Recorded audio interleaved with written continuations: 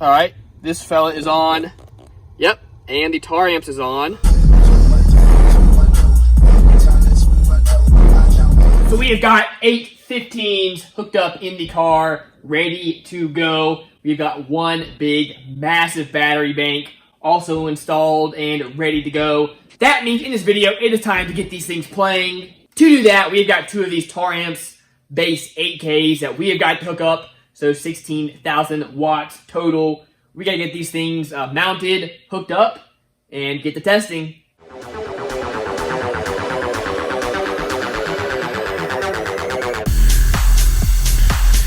Now, of course, we're hooking up amps. That means we need stuff like heat shrink and lugs. And I want to give Showtime Electronics a huge shout out. They sent me out some awesome black full tilt heat shrink and some 0 gauge lugs. This is going to be super handy. Just what I needed to get everything hooked up. So huge shout out to them. We'll, of course, leave a link in the description below to Showtime Electronics should you want to check them out and check out all their awesome car audio gear. Also, got to give a big shout out to Down for Sound for sponsoring this amp right here. This is the JP23.4. Beautiful amp. Love you can see the insides.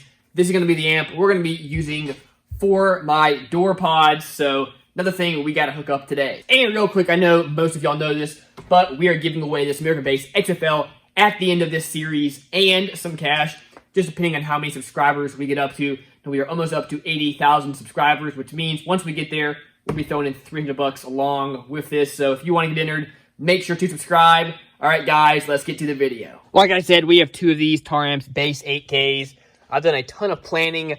I think we're going to mount one right across here. And then on this side, since we have a little bit more room, we'll mount the 8K up here, and then we'll mount the Down for Sound amp right here. Now, I know some people say don't mount amps to the box. Y'all, I have mounted amps to other boxes plenty of times, not had any issues. This box is stupid heavy, and it is bolted down to this wooden floor piece that I've got going back through here. So in my opinion, it's going to be absolutely all right. But of course, y'all do whatever you want to do with your own system. Also, in the last video, we hooked up this absolutely massive lithium bank.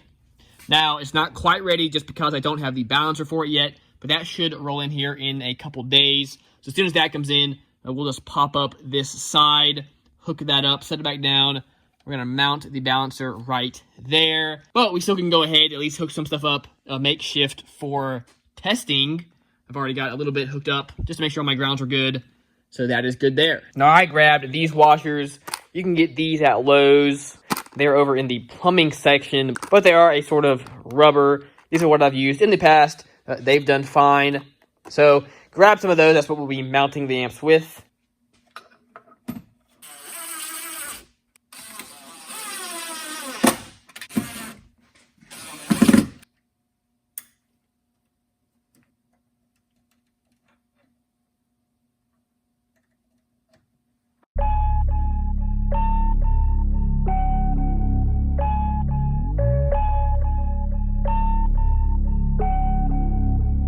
Look at how awesome this looks. Got these hooked up. My RCAs were just long enough for the Down for Sound amp right there, so that is perfect. Battery, everything looking good. Now, of course, this is on the opposite side, so we did have to do it upside down. That's okay, though. Doesn't make a difference to me. This is coming along. All right, this is an absolute mess, but for makeshift, kind of mocking up some stuff. Oh, some old wire I got lying around. There's my distribution block for the 2 amps. Of course, these RCAs are not going to be lying here once we're done. Now I'm going to go ahead, hook up this amp. That way I can test the subs. What I'm going to do, I'm going to hook it up to 2, test the pair of subs that's hooked up to, make sure it works. Then move it over to the next one, just so I can test all 8, make sure everything's good, everything is sounding correct. In my opinion, that's better than hooking everything up and then having some issue and then having to work backwards to troubleshoot it. This way, we're starting out from the very beginning. We're testing each pair. We're gonna make sure every single pair is good. Once we know they're all good, then we can hook everything up, jump everything, do everything we have to do to make sure we are good to go. Had to go rob this guy from my truck since we only have one bass amp in there now. That'll of course be for the other amp, and I needed some wire, so we are getting there.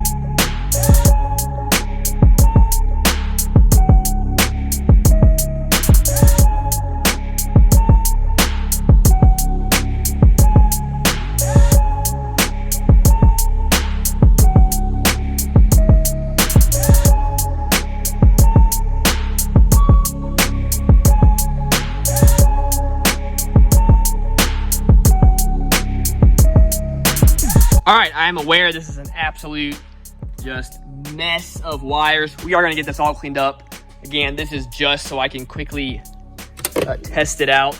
Got my both grounds and positives hooked up over here.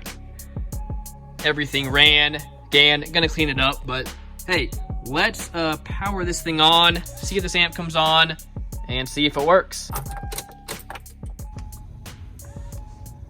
All right, this fella is on.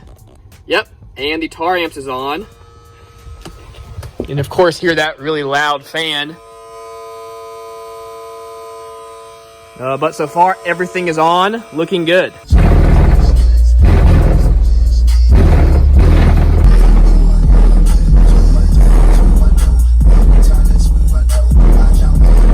All right, well, it is working.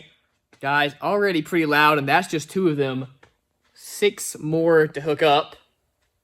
So like I said, next I'm gonna test out each pair of subs on each terminal just to make sure everything is good, make sure all the subs are working properly and they all sound good, nothing rubbing or anything like that. We'll do that, and then as soon as my balancer comes in, we can hook up, we can finish the battery. Once the battery's done, I then can run all the wires to the other amps. From there, we'll hook up, of course, the 4-channel amp, run wires to the speakers, and redo my front doors. So, got a lot to do in the next couple weeks, but we're going to get it done, guys. All right, my balancer showed up. This is an Hell-Tech balancer. When you buy these off Amazon, I went ahead and got the actual name brand, but there are all several kind of knockoff brands that look to be the exact same thing. But again, I wanted to go with something that at least was an actual brand name. You get your wire, and we get the balancer, very nice and wrapped.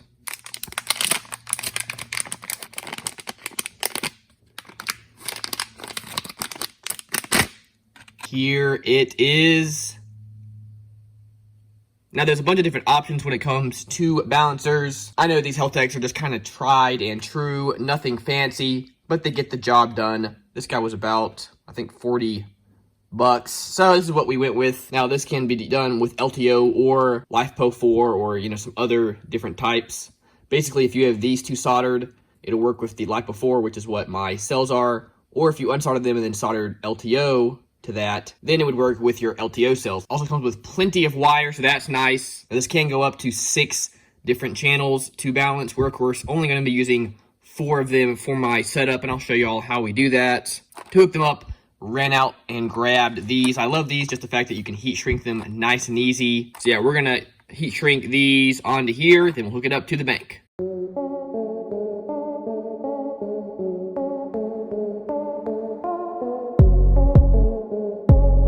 All right, that is that. Basically kind of glues the heat shrink on there to the wire, so you don't got to worry about these things pulling out or shorting, so looking good. Now, Coventry sends the little screws that screw into the bus bars for the balancer.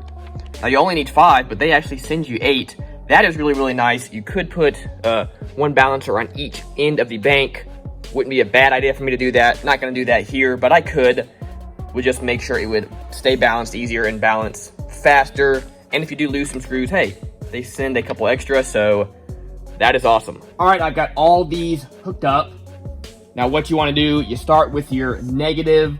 That goes on the negative post on the battery bank. Then next up, you just count your wires over. So your yellow over here would go down here on the first positive, white, second positive, third positive, fourth positive, and so on. Then I went through and tested polarity on each of the wires.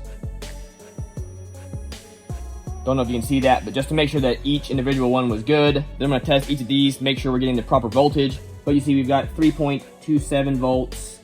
And then as we go up, It then doubles it, so 6.52, 9.79, and 13.5, which if we test from here to here, we're getting 13.5.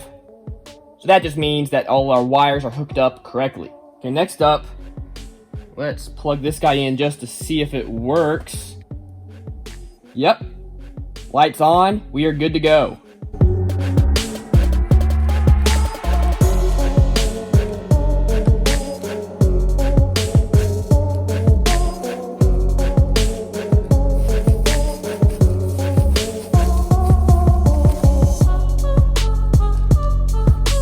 This guy is mounted. I used some rubber grommets.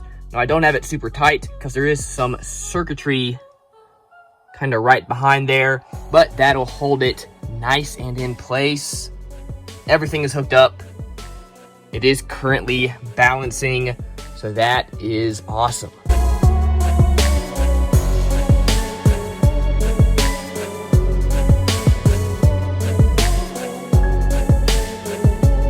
Well, there we have it.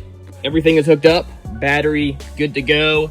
Went ahead, quickly reran some of these wires just for testing.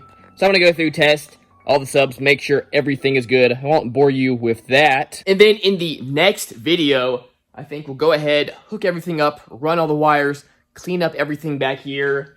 Before I move on to the doors, I wanna make sure all this is perfect and good to go. Since I could go through the show the way it is, the doors do work. So I want to make sure all this is perfect. So yeah, next video, running all the wires, cleaning up the wires. We'll have this thing playing. Then it's on to the doors. That's going to do it for this video, guys. Remember, as always, keep basing on.